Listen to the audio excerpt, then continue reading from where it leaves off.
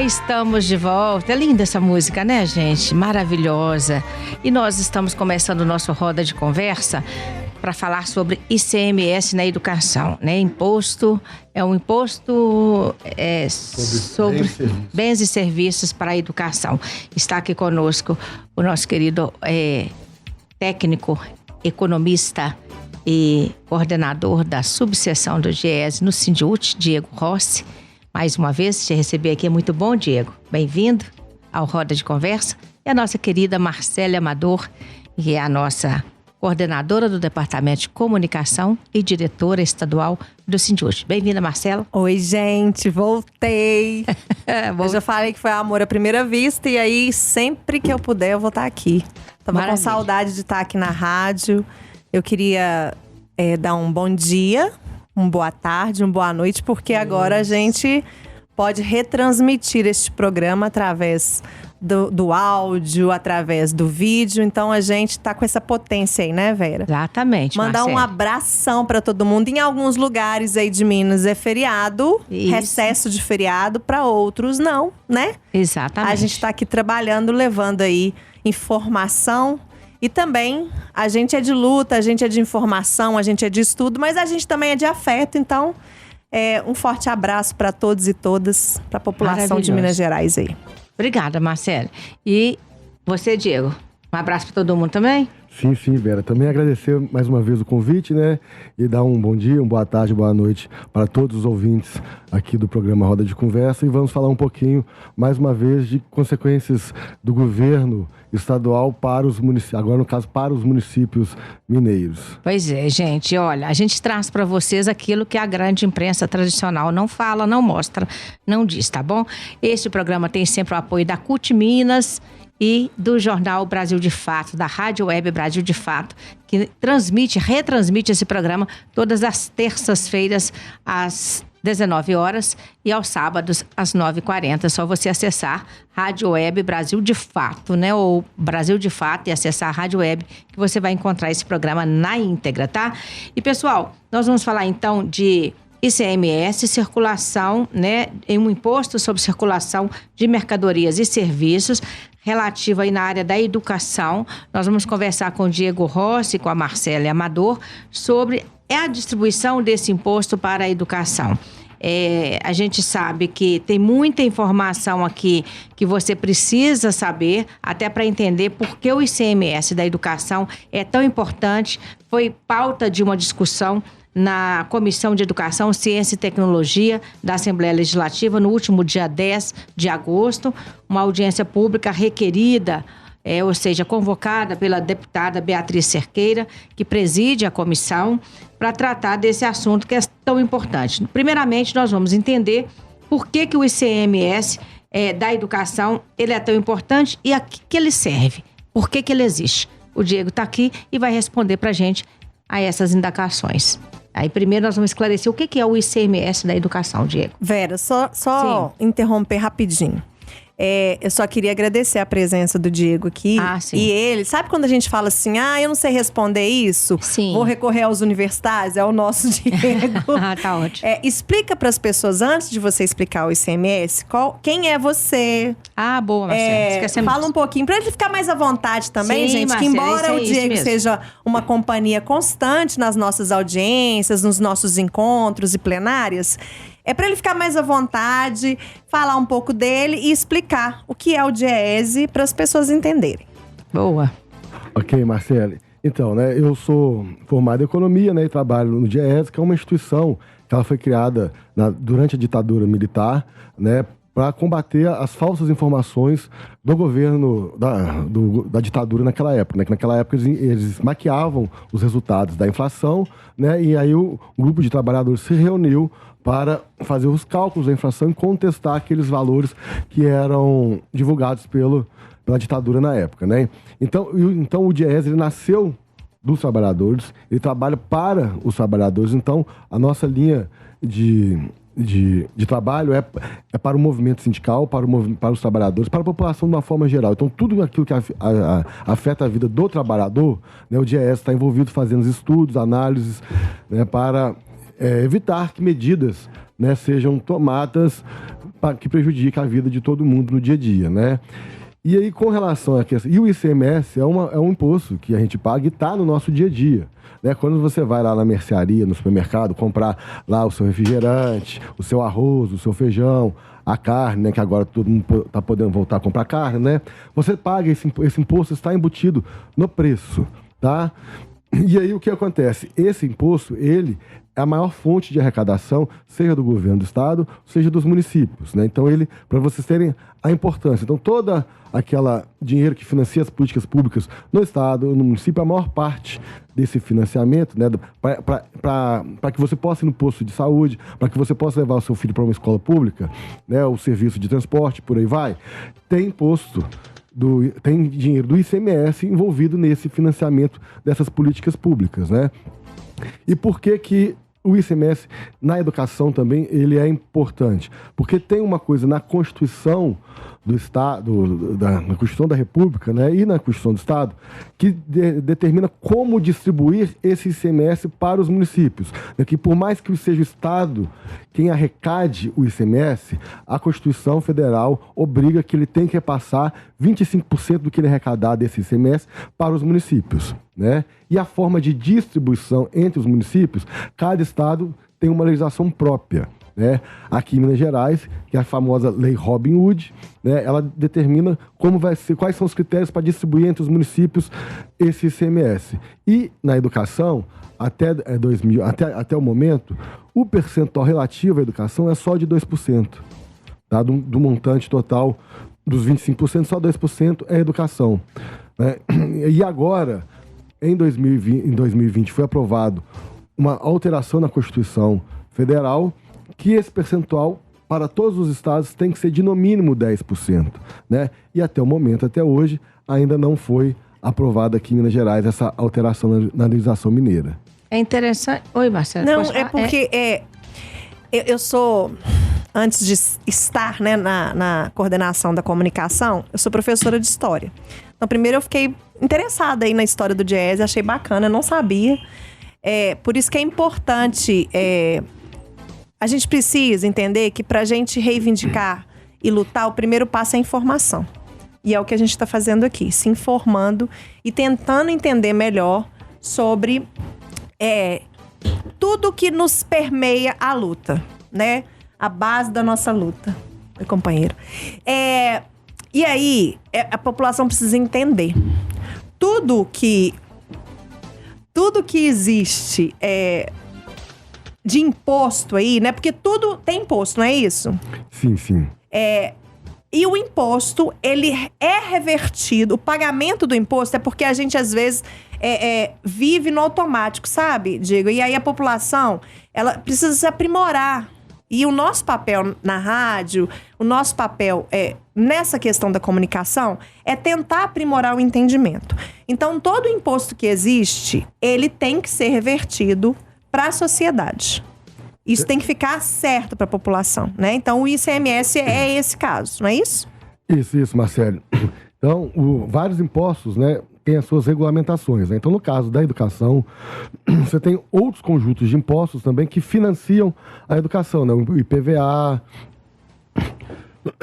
as transferências que a União faz, né, de fundo de participação dos municípios, e dentre outros, né, que são específicos, né? Então, alguns vocês têm especificidades, nem todos podem ser utilizados para financiar determinada despesa, né? Então, nem todo que é arrecadado você pode utilizar com saúde ou com educação, por exemplo. Mas sim, o maior de todos, que é o ICMS, ele pode ser gasto com saúde, educação, dentre outras políticas públicas que a gente consegue enxergar, né, a população consegue enxergar, né? Igual eu citei, quando ela precisa ir ao posto de saúde, quando vai dar as vacinas para as crianças, para si próprio, quando leva a criança na escola, né? Porque a estrutura da escola, ela foi erguida com dinheiro público, com os impostos pagos pela população, o salário todos os trabalhadores do serviço público, na saúde, educação, segurança e todos os outros setores são pagos com recursos do pagamento dos nossos impostos, né?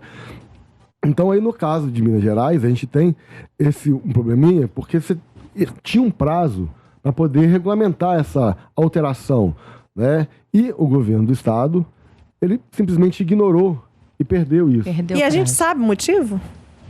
Descaso, né? Porque se você for olhar a importância, que a gente tem que explicar um pouquinho antes, né, que por mais que tenha sido aprovada em 2020, né, a própria alteração da Constituição deu um prazo de 2 anos. Tá? E essa alteração que foi feita, ela veio junto com a mudança importante para a educação, uma conquista dos trabalhadores, que foi a nova lei do Fundeb, né? Que o Fundeb é uma das maiores fontes de financiamento da educação. Né? Então, em 2020 foi aprovada essa emenda constitucional, né? E, posteriormente, no final do ano, né, no dia 25 de dezembro, foi publicada a lei do Fundeb. Né? E nela, além de reestruturar a forma de financiamento da educação, ela também incluiu, né, um ponto importante, que são novas, obrigando a União a repassar mais recursos da União para os estados e municípios relativos à educação, né, que são chamadas complementações do Fundeb. E uma dessas complementações tinha especificamente dizendo que era importante que o Estado publicasse uma lei alterando readequando as alterações dessa alteração da distribuição do ICMS. E o governo do Estado não fez, né? Simplesmente por descaso. A gente vê o que o governo vem fazendo desde 2019 com a educação. Né? O descaso, não paga o reajuste do piso, está querendo privatizar a educação estadual. Né? Então, assim, sempre descaso. Então, mais um descaso, só que nesse caso é um descaso que prejudicou também os servidores da educação municipais e a população dos municípios também. E dá para quantificar quanto que os municípios estão perdendo e qual é o prejuízo desse descaso? Dá sim, Vera. Só em relação a essa complementação da União, todos os 853 municípios mineiros deixaram de participar da distribuição de 1 bilhão e 700 milhões de reais neste ano de 2023. Um bi. É muito zero depois do olho. Então, os municípios tinham que cumprir 3 coisas. Eles tinham que mandar lá para o Ministério da Educação 3 comprovantes que estão fazendo as coisas corretas, e uma era o governo do Estado. Os municípios mandaram e o Estado não mandou. Então, ou seja, o Estado prejudicou todos os 853 municípios que deixaram de receber, de receber um bolo de 1 bilhão e 700 milhões de reais. Né? E tem também que, se tivesse alterado esses mínimo de 2%, que agora tem que ser de no mínimo 10%, né? Os municípios mineiros, ao invés de receber do ICMS, a parte de educação, 250 milhões de reais, estariam recebendo 1 bilhão e 400 milhões de reais. Pois inclusive a deputada Beatriz Cerqueira, na audiência, Marcele, ela ressaltou o seguinte, que esse prazo que o governador perdeu, ele expirou em 26 de agosto de 2022. E apenas dois estados perderam prazo, Minas e o Rio de Janeiro. É isso? Então, muito impressionante, sabe? Assim, impressionante. Eu queria ressaltar aqui a pedagogia do Diego de explicar isso para nós. E aí, essa explicação dele fortalece a nossa denúncia. Sim. Porque e para mim, é impressionante as provas que vão aparecendo a cada dia mais desse descaso do governo Zema com a educação, com o estado de Minas, né? Mas já que a gente está falando de educação, é muito sério isso. Como que pode, por causa de um descaso, o governo não criar as possibilidades de regulamentar uma lei que vai favorecer,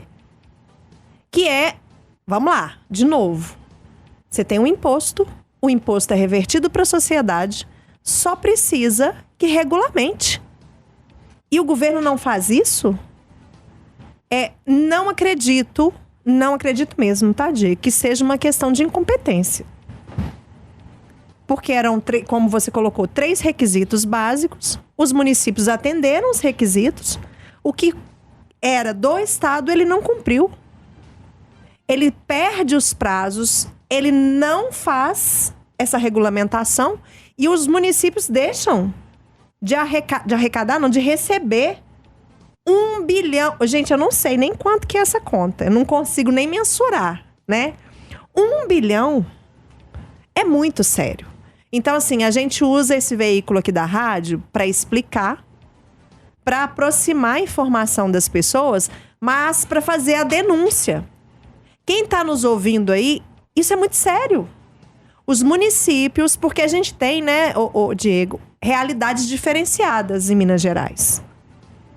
A gente não pode comparar um município comparar Belo Horizonte, que é a capital, ou até um município como Uberlândia, outros municípios que são mais desenvolvidos, né, que tem um potencial econômico maior, de outros municípios, por exemplo, na região do Vale de Jequitinhonha.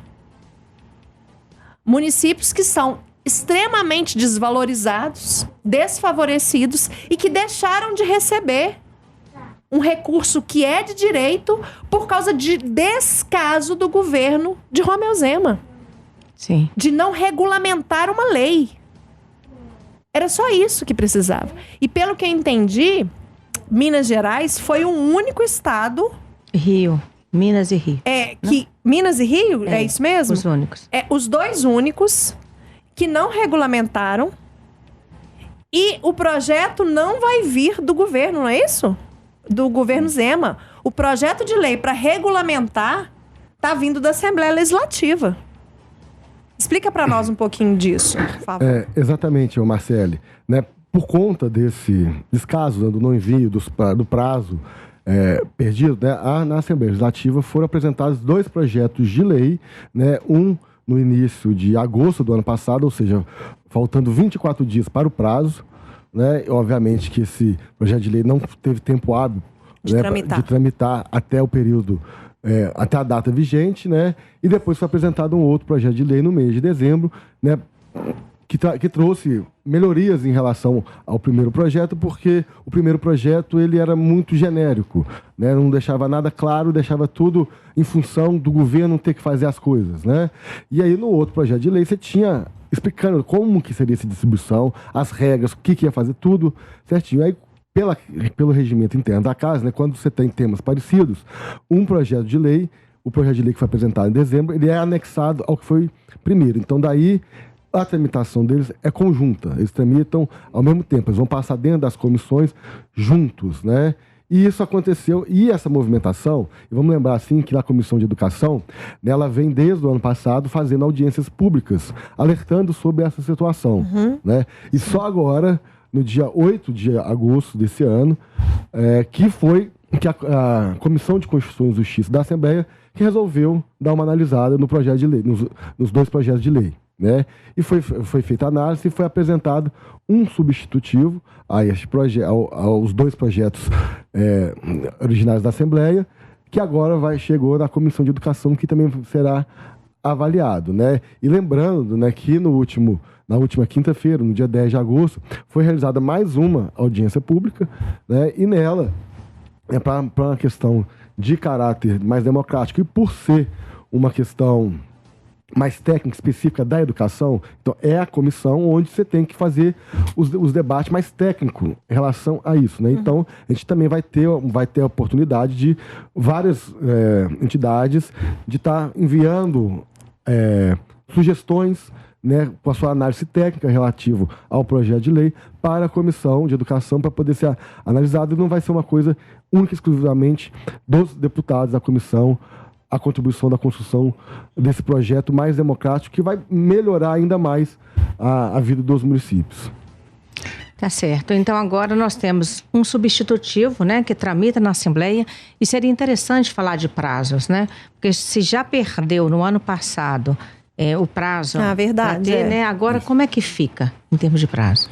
Então, Vera, todo ano o Ministério da Educação publica uma resolução informando o prazo que os municípios têm que enviar as informações, né? Ano passado foi até o dia 15 de setembro, depois foi a 30 de setembro, foi adiado para o dia 15 de outubro, e este ano, no dia 27 de julho, o MEC soltou a resolução informando que o prazo para o envio das informações é agora o dia 30 de setembro. Tá? Então falta algo em torno de 1 mês e meio para que essa legislação seja aprovada, né? E dê tempo ainda de encaminhar para o MEC e que os municípios sejam habilitados a receber isso ano que vem. Vamos lá, então. Eu entendi que nós já fizemos uma denúncia aqui de que o Zema não quis regulamentar essa lei que beneficiaria os municípios mineiros. Fato. A gente está vendo um processo que deveria ter vindo do governo, não veio. Então, o processo começa na Assembleia de tramitar um projeto de lei para regulamentar esse processo aí. Ok. Então, nós temos, inclusive, a participação da nossa querida, um abraço para ela, a deputada Beatriz Cerqueira, que tem... ela colocou defendido, também, né? Participou dessa construção, né? Agora, eu queria te fazer uma pergunta seguinte, Diego. Tem algum problema, algum aspecto nesse projeto de lei que foi apresentado que pode trazer algum atraso, alguma dificuldade? Porque eu sabia sobre alguma coisa sobre meritocracia. O que tem nesse projeto de lei que pode ser ruim? Porque bom já é no sentido de regulamentar, ok?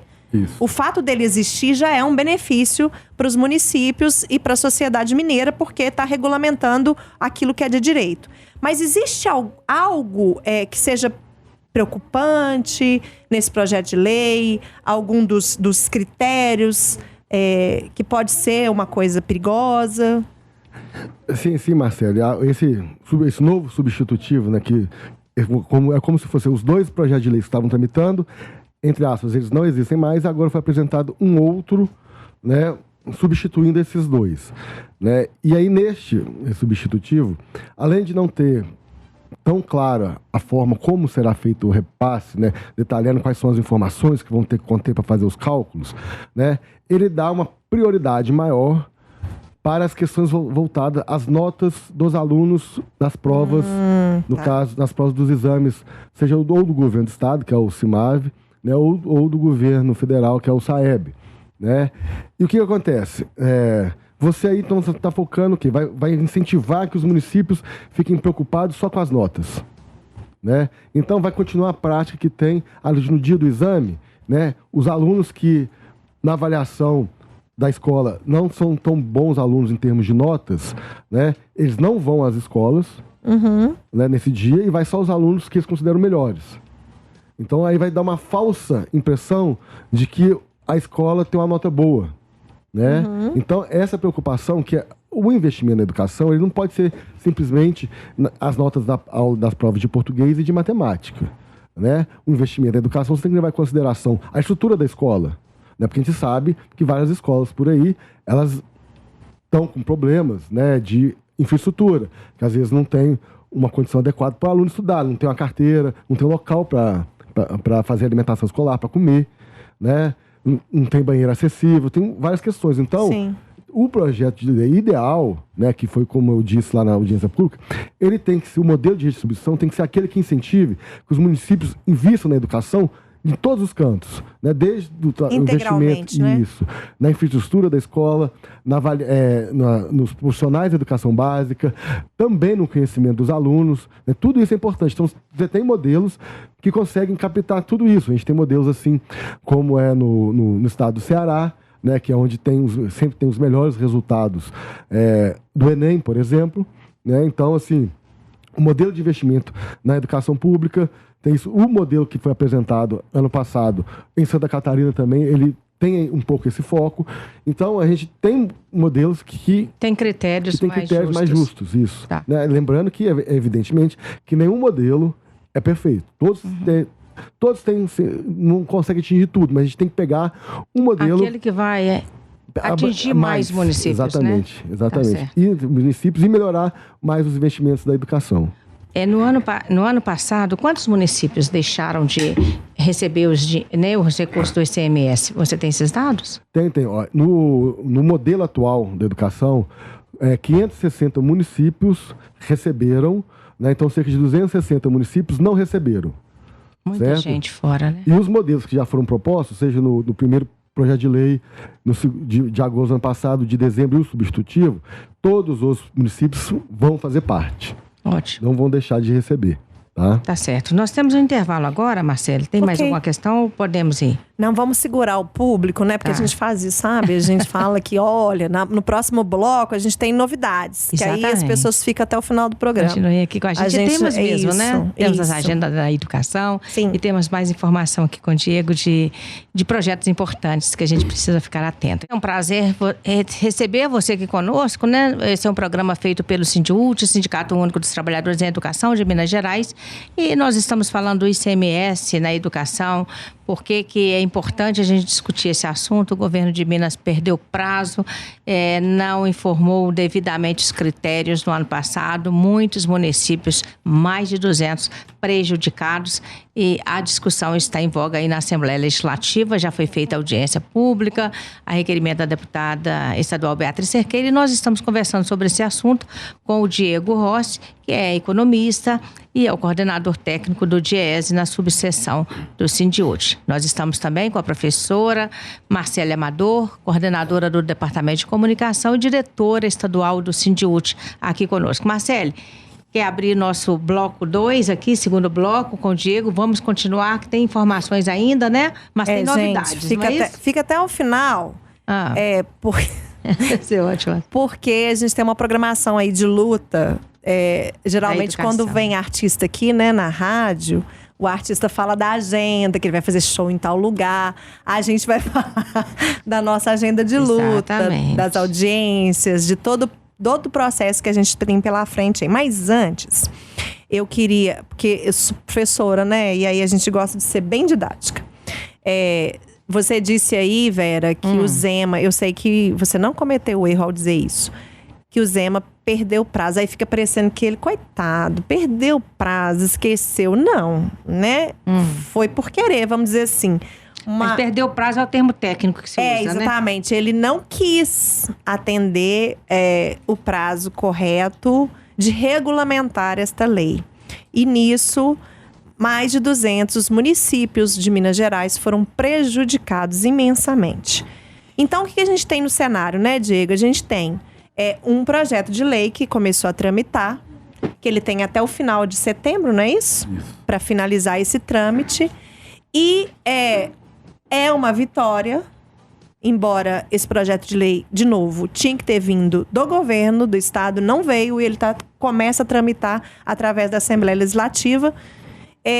Não é o melhor dos projetos, não é isso? Não é um projeto dos sonhos, é um projeto que ainda dificulta, porque, de novo, os municípios têm realidades diferentes. E esse projeto, ele parece que ele valoriza muito essa questão da meritocracia, né? E da avaliação, né, gente? Quem está na sala de aula sabe que a avaliação, Vera, Diego, sim, quem me escuta, a avaliação, ela não é uma caixinha fechada e que todo mundo faz igual. Né? Claro que essas avaliações são importantes para você ter uma ideia de como está funcionando, se a alfabetização ok, se a questão dos números, né? Tá ok, fazer questões básicas, tranquilo. Mas a avaliação é muito mais que isso.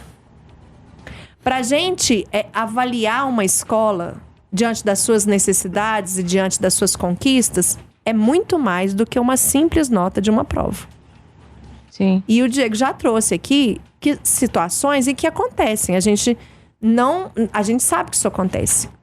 Situações em que essas notas, essas realidades são mascaradas. Então, não é o melhor dos projetos, embora seja uma vitória, né? Porque, de acordo com o Diego, esse projeto ele vai atender a todos os municípios, não é isso? Isso atende todos os 853 municípios, não deixando nenhum de fora e colocando, né, a responsabilidade para o município, né, de fazer maiores investimentos na educação. Isso. E também tem um problema que os repasses não estão tão óbvios ali na leitura desse texto, não é isso? Isso, é que deixa indiretamente sob responsabilidade do governo do estado a fazer o cálculo e estabelecer os critérios de como vai ser a redistribuição. Isso é um problema. Concorda? Concordo.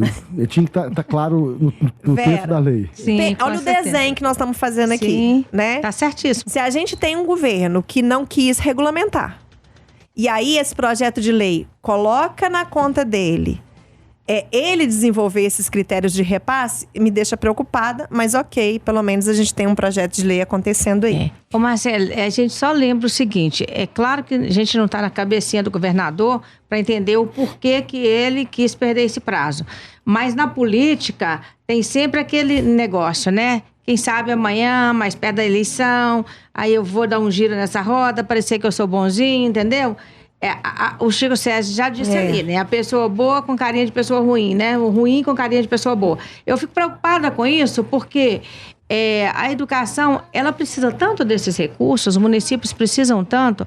Então, assim, por que penalizá-los, né? Perder prazo, querendo perder o prazo, né? Deixando isso passar. Será o que está por trás disso tudo? Porque nós já vivemos hoje uma educação sendo privatizada, sendo surrupiada, direitos negados, enfim. É uma situação que a gente fica estarrecido diante dela, né? Não dá para entender. E aí, eu queria deixar um para casa aí, sabe, Diego? E eu queria que o Diego me ajudasse nisso. Porque se você que está nos ouvindo aí, escutar alguém defendendo o governo Zema, você já tem uma articulação aí, um discurso para dizer, por exemplo, só do ICMS já é um motivo de dizer não tá legal, né? Mas aí, para mais, Diego, o que a população pode fazer nos municípios para acompanhar esse processo? Então, né, a gente tem que lembrar, assim, né, que primeiro está acompanhando junto a Assembleia Legislativa, né, e chegando perto dos deputados da sua região, na cobrança, para a questão da votação, né, de votar, né, e apoiar o projeto que seja mais democrático, mais justo, mais que tente eliminar maior as desigualdades educacionais no Estado, né? Só que também não pode deixar de cobrar do seu prefeito, né? Porque lembra, como eu disse no início, né, que o governo do Estado é responsável por encaminhar uma informação para o Ministério da Educação. Os outros critérios são os próprios prefeitos, que vão mandar informações da sua própria prefeitura, né? Então, cobrar que o prefeito encaminhe dentro do prazo, até o dia 30 de setembro. Porque se o município deixar de encaminhar dos requisitos, um só, pode encaminhar todos os outros, ele vai ficar de fora de receber recurso ano que vem. Certo. Tá? Então, cobrar do prefeito, do governador e dos deputados. Certo. Maravilha. Então, para casa foi dado. Bem, né? Isso. Foi dado. Nós vamos avançar agora? Pode, Vera? Podemos, devemos. Então, vamos lá. Eu vou falar de algumas agendas que a gente tem e depois eu vou contar com a ajuda do Diego de novo para nos auxiliar aqui num debate. Então, eu vou começar do mais longe para o mais recente, tá? Tá. No dia 29 desse mês, a gente tem uma paralisação da educação e de outros setores do funcionalismo de Minas em defesa do serviço público. E aí eu vou ressaltar essa fala, de novo, em defesa do serviço público. Porque quando a gente defende o serviço público, a gente está defendendo tudo. Certo. A gente está defendendo as estatais, a gente está defendendo a nossa existência, a gente está defendendo a nossa categoria e o funcionalismo que está sendo duramente atacado. Então percebam, esse programa de hoje foi especial para fazer uma denúncia específica, né? Que é da falta de regulamentação do ICMS e com isso os municípios perderam muito. Mas tem outros ataques sendo realizados por este governo. O que a gente percebe, sabe, Vera? O Diego, quando esse governo ganhou, eu fiz uma brincadeira com ele sabe o que eu tô dizendo. Uma piada interna. É um governo de ataques diários. E o que a gente percebe? Já ficou claro pro funcionalismo que o Zema quer acabar com o funcionalismo. Quer acabar com o serviço público. Sim. Mas acabar é muito forte. Tá bom, então. Ele quer diminuir o tamanho dele. Ele quer diminuir o tamanho do serviço público em Minas Gerais. E nada disso a gente vai permitir. A gente não vai deixar que isso aconteça. E aí, como é que ele faz isso? Ele usa a comunicação dele. E chega para a população que a gente é vagabundo, vagabunda, que a gente está onerando o Estado, não é isso, Diego? O que chega, a mensagem que chega para a população em geral, é que a gente onera o Estado, né? E isso não é verdade, e por isso que a gente está buscando informar a população. E é por isso que no dia 29 desse mês, nós vamos paralisar em Minas Gerais a educação em vários setores do funcionalismo para dar um recado para esse governador. Que ele não pode nos tratar desta forma. Que ele não pode acabar com o serviço público em Minas Gerais. Porque ele não só afeta os servidores e as servidoras públicas, como ele afeta a população. Sim. Que uma vez que ele afeta a escola, ele afeta a população que está sendo atendida pela escola. Não é só as pessoas que trabalham naquela escola. É todo um conjunto. A população vai no bojo. O Zema tem um discurso, uma visão privatista, uma visão de dono de loja, né? E aí a gente vai dar um recadinho para ele e para os deputados que a gente não vai permitir que isso aconteça. Então, dia 29, grava aí na agenda. Aí, a gente precisa, sabe, que a população entenda por que desses movimentos. Sim. E a gente precisa do apoio, né? Parece interessante como que essa comunicação chega. É como se a gente não fosse povo. Como se o funcionalismo não fizesse parte do povo brasileiro. A gente é povo, a gente sofre, a gente tem que pagar conta do mesmo jeito. E esses ataques não vão continuar, a gente não vai permitir. A outra agenda que a gente tem já essa semana... Ô Vera, você sabia que a CUT está fazendo aniversário? Sim, 40 anos. Gente, 40 anos da Central Única dos Trabalhadores e das Trabalhadoras. Muito tempo. E aí, esse fim de semana, começando na sexta, no sábado e no domingo, a gente tem o CECUT, que é o Congresso Estadual da CUT. Sim. Aproveitando aí para mandar um abraço para todos. Não posso mandar um abraço só para Jairo, não, que dá ciúme. Mandar para todo mundo da CUT, né? Nesses 40 anos. E aí, a gente vai estar lá. Né? O Sindut vai estar lá. Porque o Sindut é o que, Vera? É o Sindicato Único vai dos Trabalhadores. Não, mas ele é o quê? O maior sindicato de trabalhadores e trabalhadoras de Minas Gerais. Ele é o segundo maior do país. E o terceiro da América Latina. Então o Sindut vai estar lá. Não é pouca coisa. Não é pouca coisa. É um sindicato grande demais. A gente massivo, gosta, importante. Né, Vera, de repetir isso. E aí a gente vai estar lá criando estratégia de luta contra esse governo que tenta passar por cima de nós. Então, dia 18, 19 e 20. Sim, em Belo Horizonte, no Sesc, isso, lá no Sesc Venda Nova. Isso. A gente tem mais de 300 delegados, sabe? Vai ser um encontro bem massa aí. E aí a gente vai para uma outra pauta. Aproveitar a presença do Diego. Além disso tudo que a gente está dizendo do governo Zema, ele quer municipalizar as escolas. A gente tem falado disso aqui quase que toda segunda. Toda semana. E é devido à ameaça disso para a educação pública em Minas Gerais. Ele quer passar para os municípios a responsabilidade estadual, né? E agora, ele mirou em quem? Belo Horizonte. Ele quer pegar Belo Horizonte. E a gente sabe que a força da capital, quando isso acontece em Belo Horizonte, vira um efeito cascata. Já era, né? Ô Marcelo, só uma coisinha, pode te perguntar? Sim.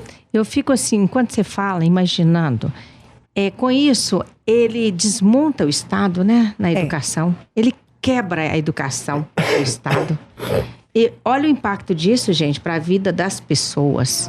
Eu vou pedir o Diego para explicar um pouquinho para nós os impactos disso. Mas só para reforçar uma agenda que a gente tem quinta-feira, dia 17 de agosto, às 10 horas, na Assembleia Legislativa, na Comissão de Educação, Ciência e Tecnologia. O requerimento aprovado pela deputada Beatriz Cerqueira, uma audiência pública para falar especificamente do projeto Mãos Dadas em Belo Horizonte. Nós vamos ter a presença do nosso querido lá, né? Sim. O nosso... a ajuda dos universitários, que ele leva lá todo o estudo bonitinho para nós, dos impactos. Mas eu Diego, queria que você explicasse agora os impactos da municipalização, negativos, óbvio, que é só coisa negativa, e falasse um pouquinho do Fundeb, né? Porque ele está utilizando do nosso recurso, que é um recurso, gente, de valorização do profissional e da profissional de educação. E ele está usando esse recurso para rifar a educação pública estadual em Minas Gerais. Por favor. Isso mesmo, Marcelo. Esse projeto, né, que tem um nome...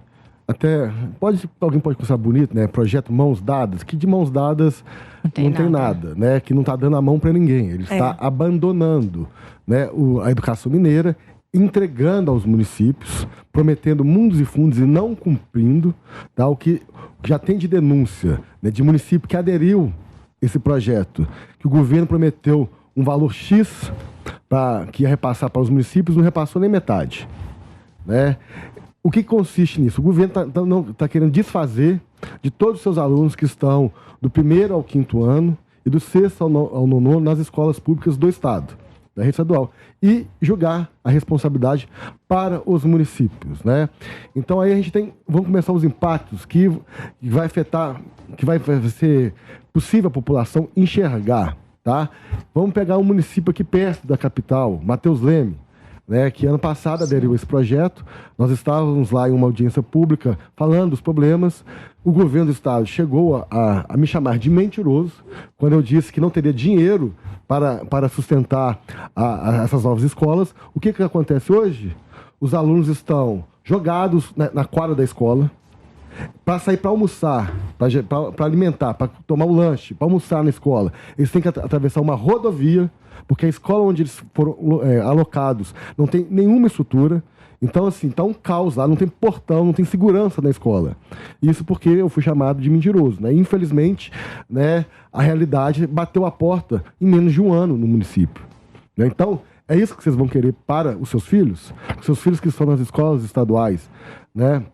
Eles vão abarrotar as escolas municipais, ficar sentado um em cima do outro, literalmente, né? Ter que construir, botar divisória em quadra poliesportiva para criar novas salas de aula. Sim. É isso que a população quer, né? É isso que está acontecendo, né? Nessas escolas que aderiram. Sem falar que o governo, para a grande maioria dos municípios, não repassou os recursos prometidos, né? Ainda tem essa questão. No caso, aí vem falar que também impacta a população, porque é a falta de professor, né? Porque hoje, no governo do estado, por a falta de concurso público, de nomeação e tudo mais, ainda tem mais de 50% dos profissionais, dos professores, sendo contratados, né? Ou seja, não são concursados, não são efetivados. Quando o estado deixa de ter aquela escola estadual, quem é contratado vai ficar desempregado.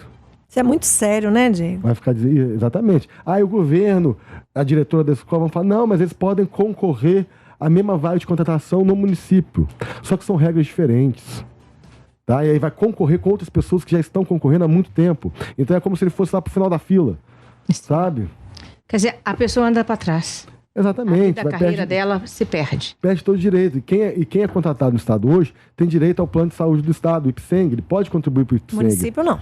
O município não tem isso, nem todo município tem isso. Então, quando ele é desligado do estado, por conta disso, porque acabou com uma escola estadual, ele perde esse direito. Ele e os familiares dele. Uhum. Então, você que é professora da rede estadual, seja de Belo Horizonte, qualquer outro município, se você é contratado e paga o IPSENG e tem seus dependentes, tá, familiares lá, você vai perder esse direito.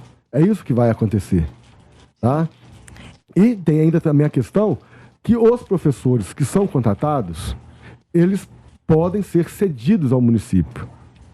Mas isso... Os efetivos. Os efetivos, os concursados. Então, eles podem ser cedidos. Mas se eles quiserem... Adjunção, Se eles não quiserem, o governo do estado vai ter que arrumar um lugar para ele trabalhar. Aonde, né? Aonde? Não tem mais escola. Uhum. Então, ou seja, vai colocar ele num local que ele não é o serviço dele. Né? Então, todos os problemas, né, que pode ocorrer da pessoa estar trabalhando com o que ela não quer, a pessoa com concurso público, aquilo, ela vai acabar no futuro pedindo uma exoneração. Então, o projeto de acabar, né, no caso é diminuir, não, é acabar mesmo com a educação, está nesse projeto também, entendeu? Sem falar que esse trabalhador, ele vai estar numa realidade diferente, porque o município tem um salário diferente do estado. Sim. Pode ser que seja maior ou pode ser que seja menor. Sim. Tem uma jornada de trabalho diferente. Né? Você tem municípios que você tem jornada de trabalho de 30 horas semanais, né, para um cargo. Né? No estado são 24 horas. Então, o servidor vai sair dessa jornada de 24, vai começar a trabalhar por 30 horas e não vai receber um a mais por isso. Porque quem paga o salário dele é o governo do estado, não vai ser a prefeitura. Ô, Vera, mas isso impacta a vida do aluno também, né, gente? Nós acompanhamos, eu acompanhei porque eu sou professora da rede municipal de Ribeirão das Neves. Sim. E nós acompanhamos o tormento que tem sido, eu vou dizer, o projeto Mãos Dadas lá. São quantas escolas lá municipalizadas? 20 escolas municipalizadas. 20 dessas, 15 estão coabitadas. Que é outra tragédia. É uma tragédia. Deixa eu explicar o que é. É você ter dentro de um mesmo prédio, uma escola municipal e uma estadual. Gente, que absurdo. É um absurdo. E aí, tem vários impactos. E aí eu lembro, em Neves aconteceu da seguinte maneira. A gente fez um processo de discussão, começou um processo, teve uma audiência com a presença, inclusive, da Beatriz Cerqueira e da André de Jesus, lá na Câmara dos Vereadores. Começou-se um processo de discussão, só que aí o projeto foi aprovado na calada da noite. É sempre assim. Em todos os outros lugares foi assim. Exatamente. E aí, explicar por que os vereadores aceitam e por que a prefeitura aceita. Isso é importante as pessoas entenderem. Então, nós temos, como o Diego falou, um efeito de precarização na vida funcional. Eu acho que só de dizer o número excessivo de pessoas que vão ficar desempregadas já devia causar um impacto. Sim. Já devia. Para as pessoas que são efetivas, lá, Vera, teve um caso de uma escola que ela tinha 30 anos de história. Jalmir Lopes. E tinha gente que estava trabalhando lá há 25 anos. E aí, para quem não sabe, a realidade da professora, do professor e das pessoas que trabalham na secretaria, na limpeza, a gente geralmente tem que ter mais de um cargo. Sim. Então, a gente estabiliza a nossa vida. Carona solidária, né? Tudo isso. Sim, tudo isso. Vai. Então, é isso. Primeiro, a pessoa tá lá há 25 anos com uma estrutura de vida e ela vai ter que ser remanejada para um outro lugar. Isso como se tiver um outro lugar. Voltar para a fila lá no último lugar. Ô, gente, depois de 25 anos, a pessoa já tá ali, 50 anos mais ou menos. E nessa audiência, houve uma promessa de novo.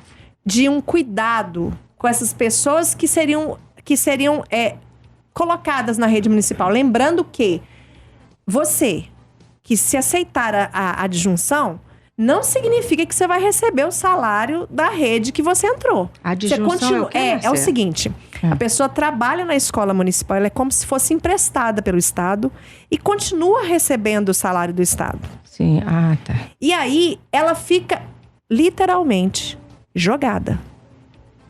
Por exemplo, num caso de paralisação, a rede municipal fala, não, você não pode parar não, porque você é do Estado. Sim. Aí quando é do Estado, você não pode parar não, porque você está trabalhando na rede municipal. Ela Isso vira, no básico. Ela vira saco de manobra. Fora as outras coisas que ela não tem atendimento. E vira um desconforto. Então tem todo esse caos funcional. E quando existe um caos funcional dentro da escola, gente, o que acontece com a qualidade de ensino? Cai, né, Marcela? Quem que trabalha feliz diante dessa perseguição e desse caos? Primeiro ponto. O outro fator que a gente colocou aqui, que o Diego colocou, é a precarização da rede. Sim. Neves ainda não sentiu, mas já está chegando a conta. Uhum. Porque daqui a pouco, esse município, que já estava com dificuldades com as escolas que tinha, vai ter que suprir mais 20. O que vai acontecer? Então, a gente vai ver uma precarização geral da rede municipal. Então, se hoje Belo Horizonte tem uma rede bacana, que não tá tão boa como já foi, em termos de condições funcionais, o que vai acontecer com a rede municipal em Belo Horizonte? É precarização, não tem outro nome. Sim. É um projeto de precarização da educação pública. Para voltar àquele tempo triste da história, que só estudava quem tinha condição monetária para isso. Sim. E a gente não vai permitir. Quando a gente avança, a gente não pode permitir esse retrocesso na vida das pessoas e na educação pública em Minas Gerais e no Brasil. Não é isso, Diego? É isso, Diego? Não, isso. Isso faz mais parte de um outro projeto que o governo tem, né? Porque quando ele acaba com as escolas estaduais, ele vai ficar só com os alunos do ensino médio. Para o ensino médio, ele também quer privatizar as escolas, né? Como já entregou 3 escolas estaduais para a mão da iniciativa privada, que está tendo um caos, né? E ainda vai vir espero que não venha, né? A questão, se vocês não sabem, ele vai dar, tipo, um papelzinho para as famílias, só. Esse papel aqui, você vai procurar uma escola aí, ver se ela te atende. E é uma escola particular, Você vai ter que andar pela cidade de Belo Horizonte e procurar. Você aceita esse papelzinho aqui para matricular no aluno? Voucher, né? Exatamente, esse nome é chamado de voucher. Vai procurar, vai andando, para ver se a escola vai te aceitar. Então, a garantia de você continuar com seu filho estudando, sem ter que pagar um centavo, né? Vai acabar. Vai acabar. E vai ter esse papelzinho para todo mundo, Diego? Claro que não, né? Claro que não. Ô, Marcele, eu tenho uma perguntinha aqui da Cláudia Naves. Ela não fala de onde é, mas ela pergunta sobre o piso. Se nós temos notícias do piso. Pagamento do piso, cumprimento do piso, só pra gente fechar. Ela fala que ela é professora, que tristeza, ela é professora, né, da rede estadual. O piso, a gente já percebeu que o governo Zema, não quer cumprir com a lei do piso nacional salarial. Não quer. Sim. A gente negociou aquilo que era possível, né, Diego? Atender minimamente as nossas necessidades. E a gente chegou a um número de 12,84%. 85%, né? 85%. E foi uma luta, gente. Foi uma luta porque chegou ao ponto da gente achar que a gente não conquistaria nem esses 12,85%. Foi uma novela na tramitação desse projeto de lei, desde o início, e o final foi trágico, né? Porque eles tentaram fazer eu acabei, acho que não disse, a paralisação do dia 29 é contra o regime de recuperação fiscal. Ah, boa. Eu disse que, na verdade, é isso. É em defesa do serviço público, do funcionalismo. É muito ampla essa defesa, essa luta. E é o regime de recuperação fiscal. Então, foi usado, Vera... como é que é o nome da ouvinte? Cláudia, foi usado o nosso projeto de lei de reajuste como barganha para negociar o regime de recuperação fiscal. Sim. Nós conquistamos, ele foi aprovado com muita luta. E também conquistamos o retroativo, porque ele tinha que ser pago, né? Porque ele é de janeiro. E é só que nós tentamos, de todas as formas, que esse retroativo fosse pago numa folha separada. Não foi. Não foi. Eles disseram que eles não tinham técnica para isso, né? Que seria difícil, enfim. Mas a gente... E a técnica para o governador receber então, R$300. 300%. Foi válida, rápido, né? Rápido. Tá certo. Só que eles vão... E pior, né? Eles vão dividir esse retroativo em 3 parcelas. Então, a primeira parcela em setembro, outubro e novembro. Ok. Eu já recebi um sinal aqui de que é para eu parar de falar. Mas é isso. Rapidinho. Eu acho que atendeu ela aqui. Até agradecendo. Muito obrigada pela repetição. A gente conquistou esse reajuste. Não é o piso que nos é devido. Mas é a luta. É a luta. Né? E ressaltar que houve uma barganha com relação ao regime de recuperação fiscal. E nós não vamos aceitar que esse regime prossiga aqui em Minas Gerais, porque isso é desastre. Gente, o papo é longo, continuaria, viu, Cláudia? A Marcela acho que respondeu, a luta continua, porque ainda não recebemos o piso. Sim. Zema não paga o piso no Estado, mas temos uma categoria muito aguerrida que não vai deixar por menos. Quero te agradecer, Marcela Amador. Obrigada a você, mais Vera. uma vez pelo papo, pela prosa aqui no Roda de Conversa, e você também, Diego. Eu agradeço o convite. Deixar sempre aí, eternamente, um abraço lá para João Molevade. Toda semana nós recebemos mensagens de lá pedindo abraço e dizendo que o nosso João programa Molevade. É muito lindo, tá? E também para o João, lá de... daqui de Belo Horizonte, bairro São Gabriel. João Carvalho. Abraço, João. É ouvinte assíduo, tá bom? Um abraço, gente. Nós estamos indo e como a gente fala em luta, nós vamos encerrar com ele. Gonzaguinha, que é o nosso maior, vamos dizer assim, inspirador, né, dessa luta. De luta. Verdade. Vamos à luta, gente. Um abraço. Abraço para todos e todas.